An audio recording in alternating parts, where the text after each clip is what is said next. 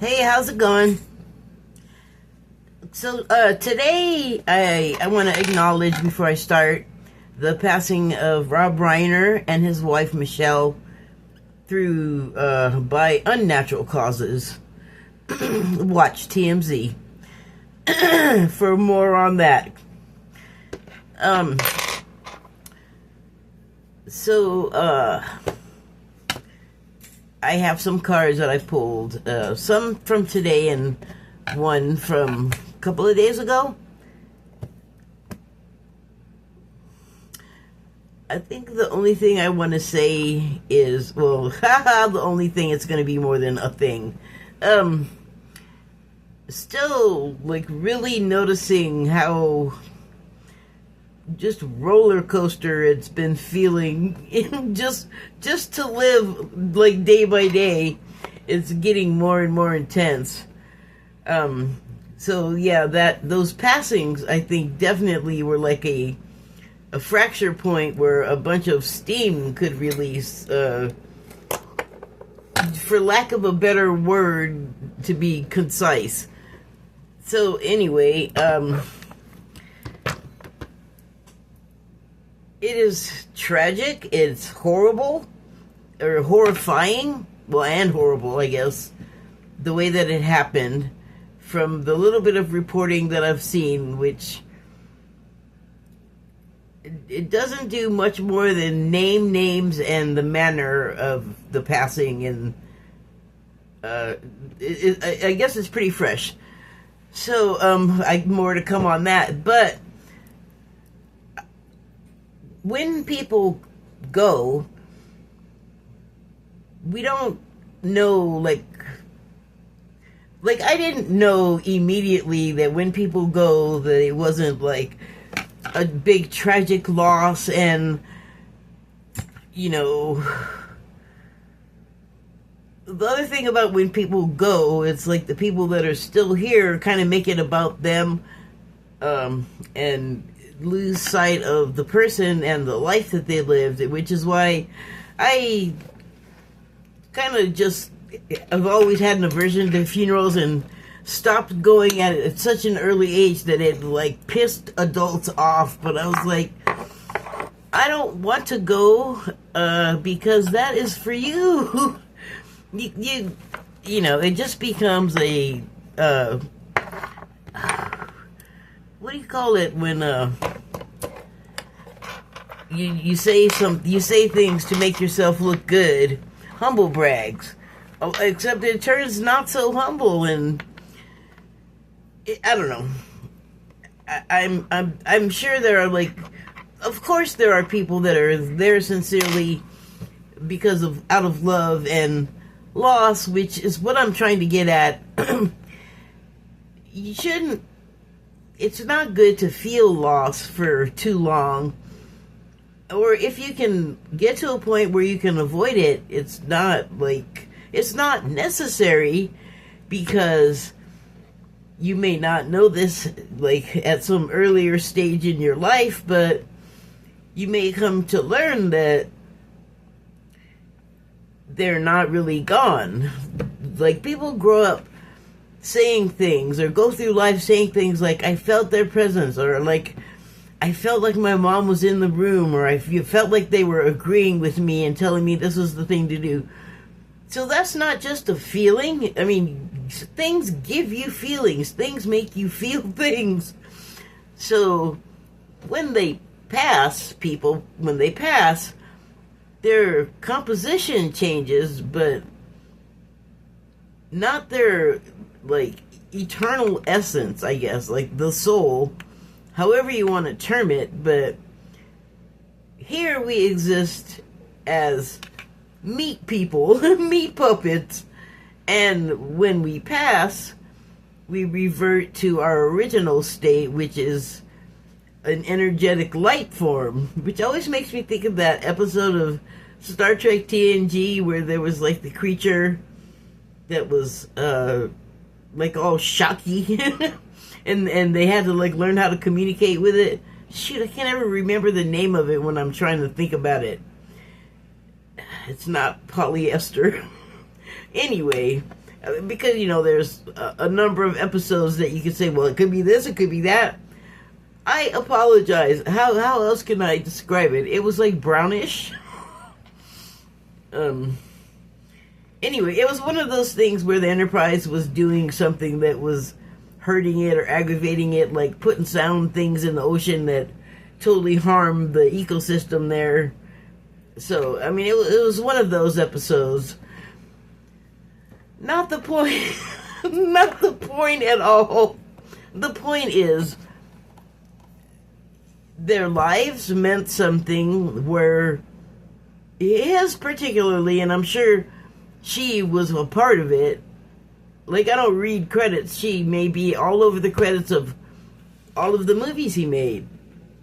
So, but he always had like the first time I remember seeing him, okay, well, maybe I saw him before that. Like, you see actors before they get a name.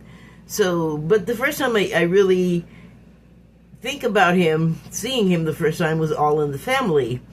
And he wasn't a hippie per se, but he had long hair for, like, to his collar, so, that's long.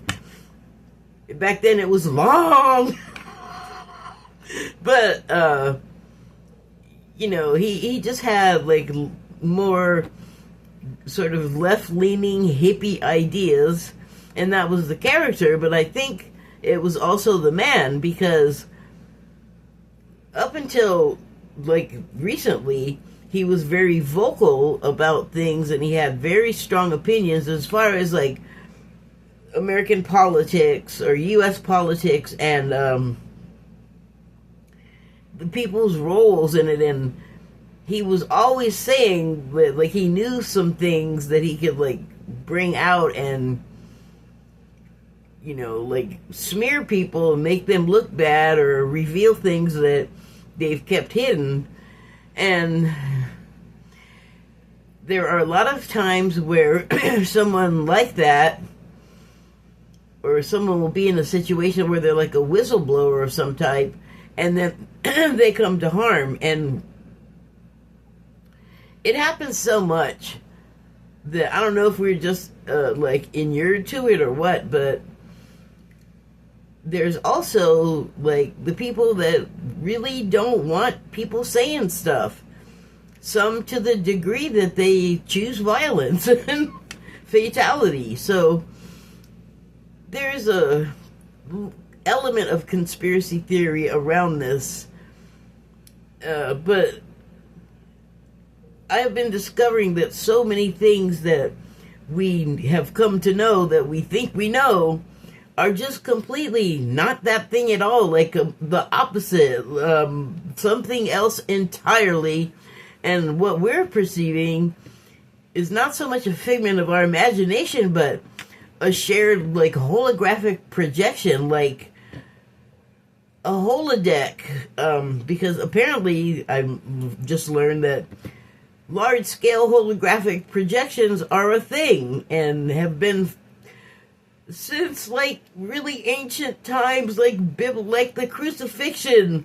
What happened there, evidently, according to these ETs, was a holographic projection, and that's why he was dead. He rose up. He like, he was here, he was there. So that's like the mystery around it, but it turns out it's not mystery at all. It's technology. And I'll tell you why I say that stuff as if I 100% believe it. It is because I do. You may have heard me talk before. That's why I take this stuff all kinds of seriously.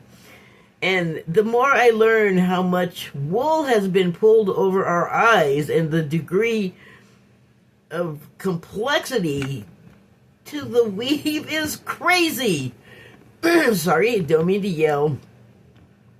It's actually kind of exciting when you step back and remember this is not really us. Like, again, we're here in these forms, and many of us came to be here at this particular time to join in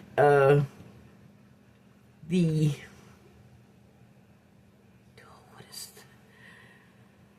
the diorama or the drama that's happening now, because it's one of those it could go either way things, and so a lot of people have reincarnated to be here for it, and not everyone came to be the good guy. Some came to be the, what we would call the bad guy, but in the overall scheme of things, which we might not be able to see from the point where we're sitting, it all is happening for a reason. Like that infuriating thing I'd hear as a child, oh, the Lord moves in mysterious ways, and it happened for a reason, and you'd just be like, Dad, what? God, what does that even mean? Now, it means things. I have context, and fine, it's a conspiracy theory if you want to view it that way, but maybe things that, like I've been learning that and I know this, we're conditioned to think certain things, certain ways, and right now is one of those times where great pains are being taken to, like, direct our thoughts and beliefs. And those are strong, but we should do, I feel like, I'll make it me. I want to do as little as possible to help that effort. Like, I want to keep my mind about me as much as possible. So we are conditioned to disbelieve things and think they're outlandish and crazy, and that's magical thinking. But what if it's not? What if that's all wrong? What if the real stuff is the magical thinking stuff, and the normal stuff that we think is real is the holographic projection? Okay, so I have a Declarations of Mary card, and it reads, "Write from thy heavens, and the heavens shall rejoice." I'm going to read that again because it's that archaic language. Write, like with a pen and paper, write from the heavens, and the heavens shall rejoice. So I didn't have to think real hard on that one. It seems to be like we create our life paths. Like whatever is going to happen, like from here and now, we definitely have a direct influence upon. So I feel like it's just saying when you are writing from thy heavens, you're writing from like your highest vibrational point. Like you have the best of intentions, and it's I don't use the terms comfortably, but love and light. I'm comfortable with the concept, it's just not my jargon. But if you're writing from your heavens, you're like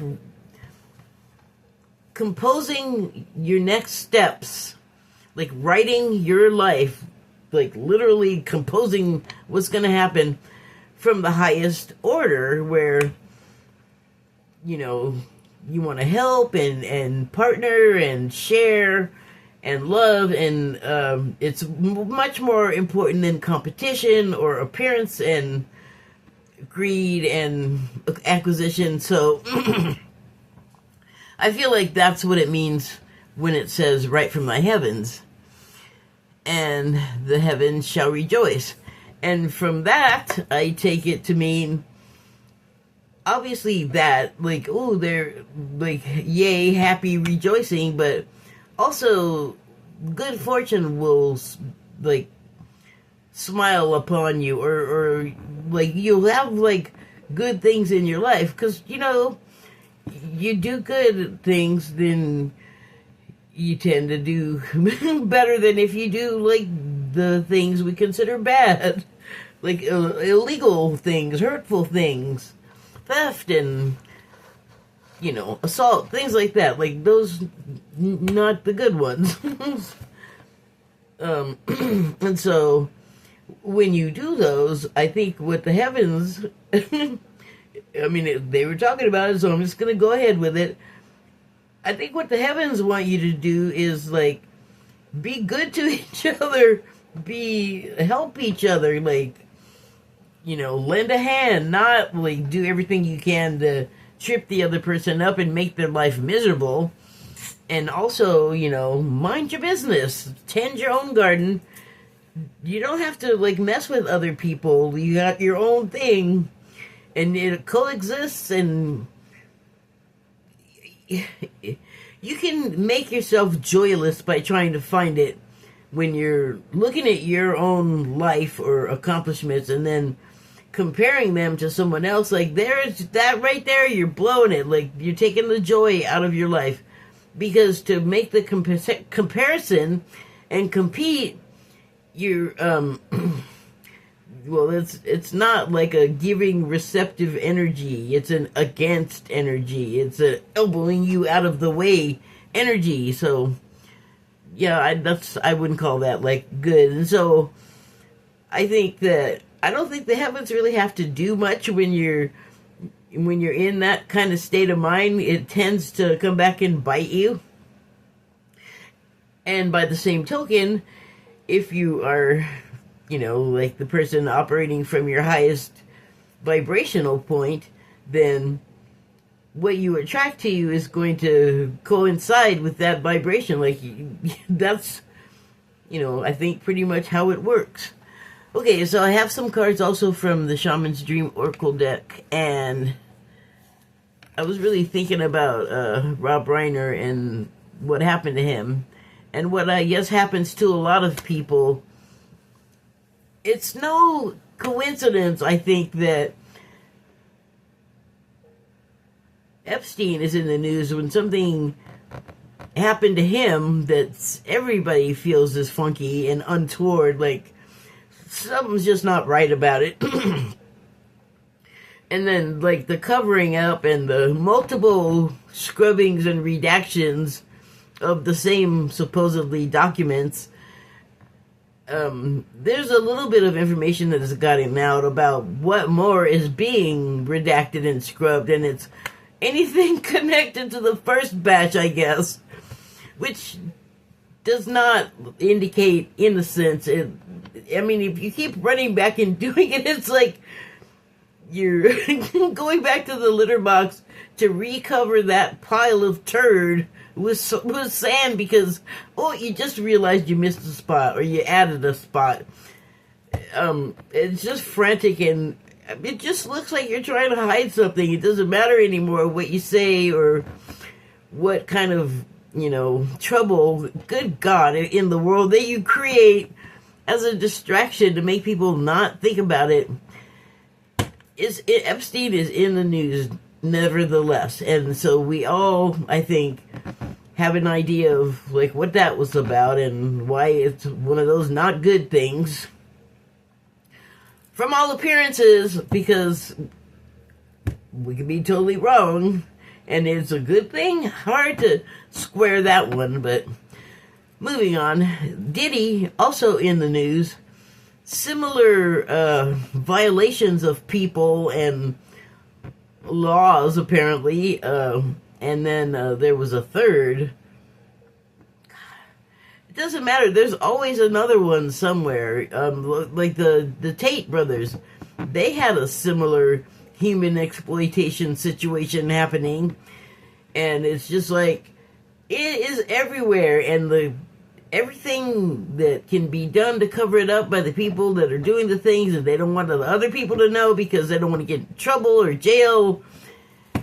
I mean, the way that you not necessarily, for the people so concerned with appearances like these people that I mentioned all seem to have been, you don't care about the ones that really matter, which is the one where no one is seeing, like, I shouldn't say no one, me. I am not seeing, like, what is so great and fantastic about these people from what the reporting I've seen is. And so they, I think, are completely on a level aware of that, but they are just brushing it aside because they want what they want. And that is icky. So it's out here, we're gonna find out things, apparently, because I can't believe there's so much of it in our face. Well, we've been finding out a lot about the Diddy stuff. So we will we will just see as more and time develops. Okay, so first Shaman's Dream Oracle card I have number 54 breaks down to 9, or and 9 is a completion number, and we were just talking about passing, and I have the crossing. So crossing over, that's a thing. Initiation. I guess that's what this life was for these people, although I have a hard time believing it's the first go round for either of them, because I think what they have accomplished with their lives by speaking up and just sort of being more on the light side of things, has been a major contribution. And he definitely had a passion for righteous, fair treatment of people, and that ain't bad. So the other thing about the initiation is, like, we are going through this, like, with them. Like, have been aware of him mainly all along, or I have been aware of him mainly all along, and his father's work, and I love comedy, so he was definitely a part of my awareness, and so I've paid attention to the course of his life and seen it come to the conclusion. So yes, we are making this crossing together, and the initiation for us, I think, is one that some of us don't need, but others do, which I think goes back to my point, which I may not have made very clearly about when people pass, sort of not making it about the celebration and appreciation of the life of the person that is gone. And that's a damn shame, because what happens at the gatherings like that is, if everybody's sitting around woes me and sad, that's going to create a certain atmosphere. And I would like to have the one where it's not a sad thing. It's like, we're so glad to have the time with you, and we'll be with you soon, and thanks for your service, and remember that time that was so great, and like things like that, like a wake situation, I guess, is what I would prefer, and I feel is more respectful, like, to the life. But that's just me. So the initiation is, I think, for those of us that haven't, like, taken those steps and may feel otherwise about surviving a passing. Oh, I guess just surviving the passing itself is an initiation to another level of understanding, where you have a number of choices as far as understanding. Like, you could be like the make it about me situation, or it could be about the understanding that the form has changed, but the essence is still the same. And so there is no loss. So, like, getting to the point where you understand that is an initiation, I would think. Okay, so next card is number 25, 7, and it is the Garden of Venus.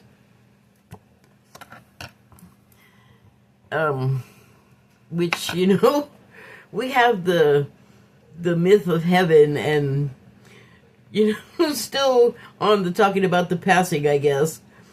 What a lovely place to end up. And so the subtitle is Rest and Renewal. From what I've learned from the channelings, I guess that we have that choice when we're done here. We do that, like, after the debriefing, and then we can either, like, have rest and renewal and just take some time off, or do something less demanding than an Earth incarnation. You have choices, but certainly one of them is rest and renewal in a beautiful place, like they say heaven is, although I think heaven might be a misnomer for the place that, I don't even know if it's like a place, like we think of it, a place. Anyway, I feel like they are certainly deserving of rest and renewal, because I'm sure that a lot, they came under attack a lot for what he had to say from the right, who would be opposing what he was saying, because a lot of it was anti-Trump. And that's not, like, when you start getting death threats, that's not, like, exclusive to you. That's going to involve your family and everybody that's going to be around you, because if they come after you when they're around, then harm may come. Although, they could also have just been threats. I feel like, since I am a regular TMZ viewer, had he been having really bad threats close to home, it would have made its way there, some bit of information about it, like a break-in or added security. Like, they tend to know those things. So, but I can't imagine they didn't get, like, just a shaitan of threats and that sort of thing. So the next card is number 43. It's a 7 again, and the subtitle is Overflow, or the card is Overflow title. And wow, that is glary. But you can see that's like a pretty fine house, sort of mansion-esque, I guess you could say. And it seems to be flooding. Flooding, I think, is a metaphor here. Like, the home where, or not necessarily the location, but like the family unit. I'm sure they had a very nice home. So the son is involved in it, and I don't know how many more kids they may or may not have. I can't believe they just have one, but I don't know. But anyway, I guess they had like substance abuse problems, and they were sort of criminal. They had criminal inclinations, and I guess like they didn't always get along well with the parents, and apparently, evidently, it came to a head, and this is how it ended. And so that indicates to me that when you have an addict and then one that's like an unrepentant recidivist that probably got like every kind of good help they could be found and it didn't take, and like sometimes you just have those people in your family that are just like, I'm just gonna take from everyone, just rob them of what they have that I want, and you're my family, so what's yours is mine. Wrong, but they still believe it no matter what I think.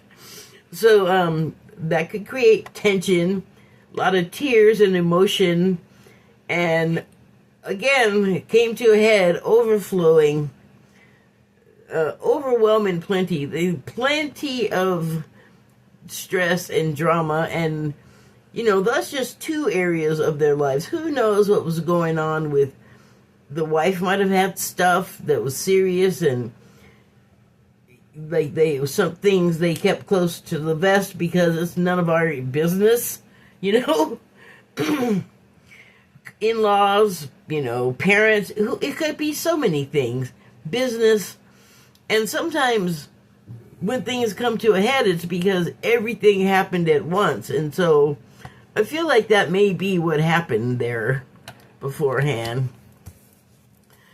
Next card is number 26, so 778, and it's gathering around, and it's the myceliums. Hello, what's up, myceliums? I'm sorry. I really am sorry, but I couldn't help myself.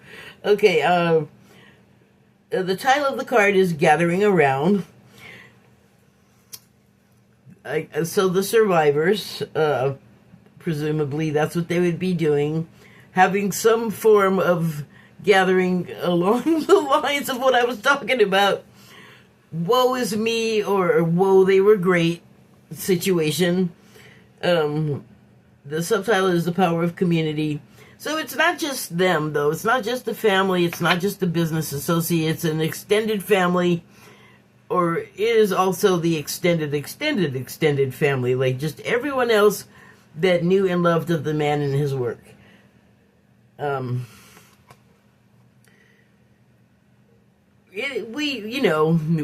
don't want to say a loss, but there's a part now missing that is going to still exist, but in a different way. It's so funny because I was thinking about this a lot earlier before I pulled these, and it was like the acknowledgement of how many possible past beings, essence, or, ghost, whatever, residual energy is just still here.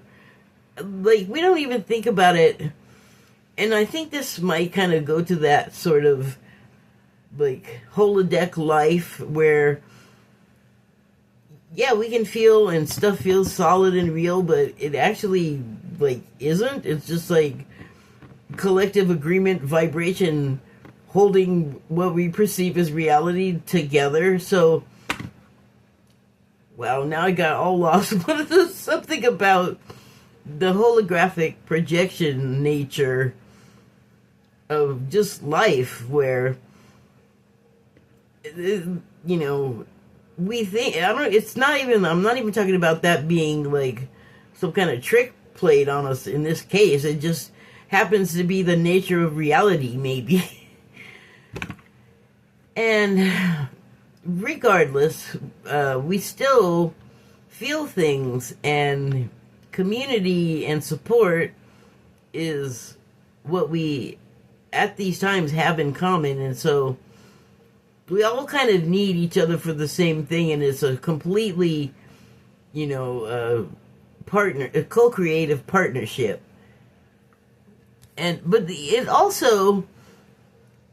It's not just, I feel like it shouldn't just be around that issue and those people right now.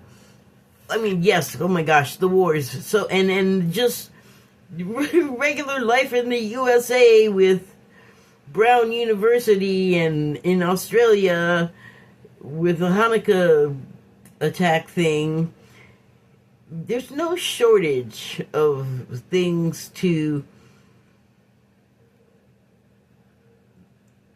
make the feelings just come bursting out of us, like involuntary or not, because you're just going along and thinking everything's all cool, and next thing you know, one of your favorite directors has passed on horribly, and his wife, and it's not a good situation.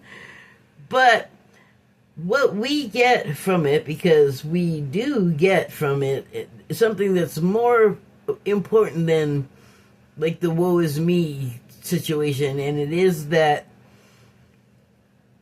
it's just an intense experience to have this loss or have this person go missing from your life. And it is one of the things that you come here for to experience, because when you pass and go back to where you came from, your whole composition is different, so you don't even experience any of this stuff. And that's why it's like a draw for beings to come here over and over, despite the stuff. Okay, so last card, number 38, breaks down to 11, and it is Many Masks. You can't really see, there's a bust, like a statue of somebody's head and shoulders. I can't find any of my indicators, so anyway, I'll use my finger.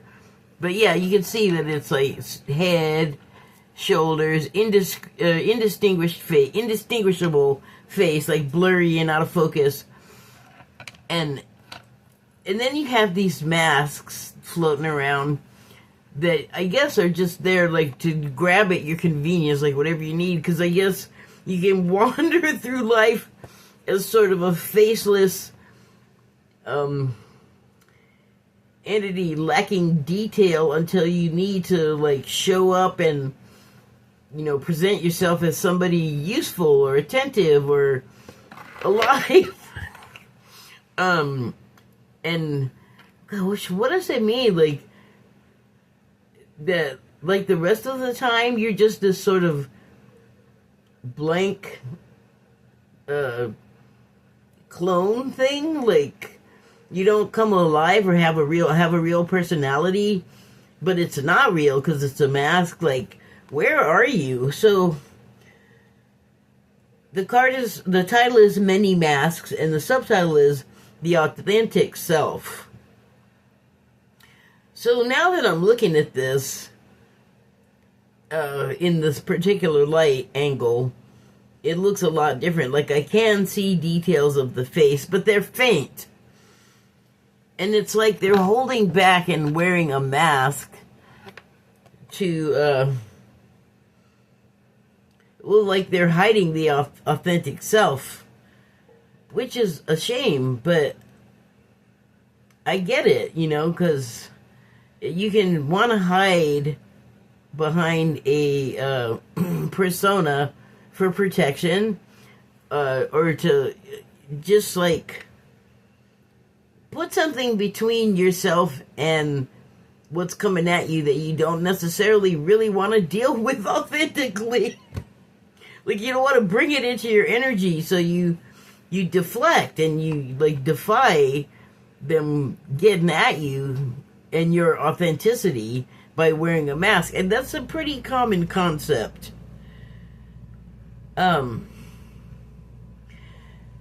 it's interesting that this card came up because I was just having a conversation earlier with someone, and we were both talking about different, like we came at it from different angles, but it ended up talking about the same thing, where the bottom line is that we have a tendency to hold back for whatever reason. Like, if we're going to say something, you know, and they were saying, well, I don't want to hurt people for no reason, you know, like, it's not, like, I just don't need to do that, you know, like, even if they make me mad or they've done something to me, like, I just can't do it. And I was like, man, I know exactly what you mean. I can, you know, like, get irritated or angry and say a bunch of stuff, but I don't think I'd even say anything that I wasn't gonna go do anyway, like, was what I started to say. Like, I might say something, but I would never go do it. I don't think I could even bring myself to, like, make some kind of stupid threat, because then it's on me, and I don't want that on me. Excuse me.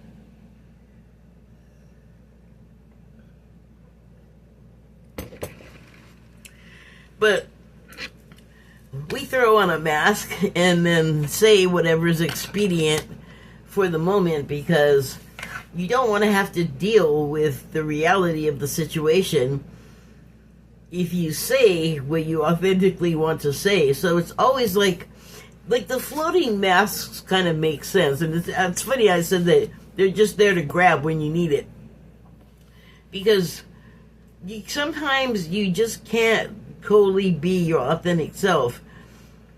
But back to our conversation, like, it's not healthy, like, mentally or psychically, whatever, to hold things in that you authentically need to say, like, for your mental health and well-being.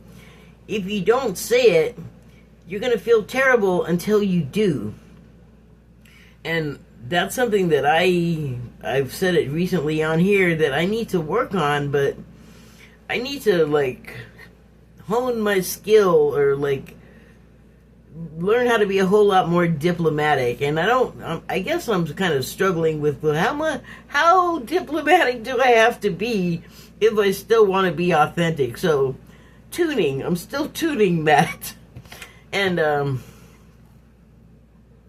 I think it's something we just always are doing anyway. Like, it's not anything particularly special or magical. But it's something that we all kind of, I don't know, I shouldn't say all, because we're not all alike, but many of us wear masks of inauthenticity for protection, for whatever reason, like maybe out of fear, or you just don't want to be bothered, or it could cause a sequence of events that could make some appearance that you don't want to have. I mean, there's so many reasons, but I think it's just something that's common to a lot of us, not unfamiliar. And maybe we're all like going through that, and we have to find ways to sort of like clear our throats and get our throat chakras opened up and get those words out. It is like beneficial to our mental and physical health, psychic health, in my opinion. I think that's it. I think that's it. Thank you and good night.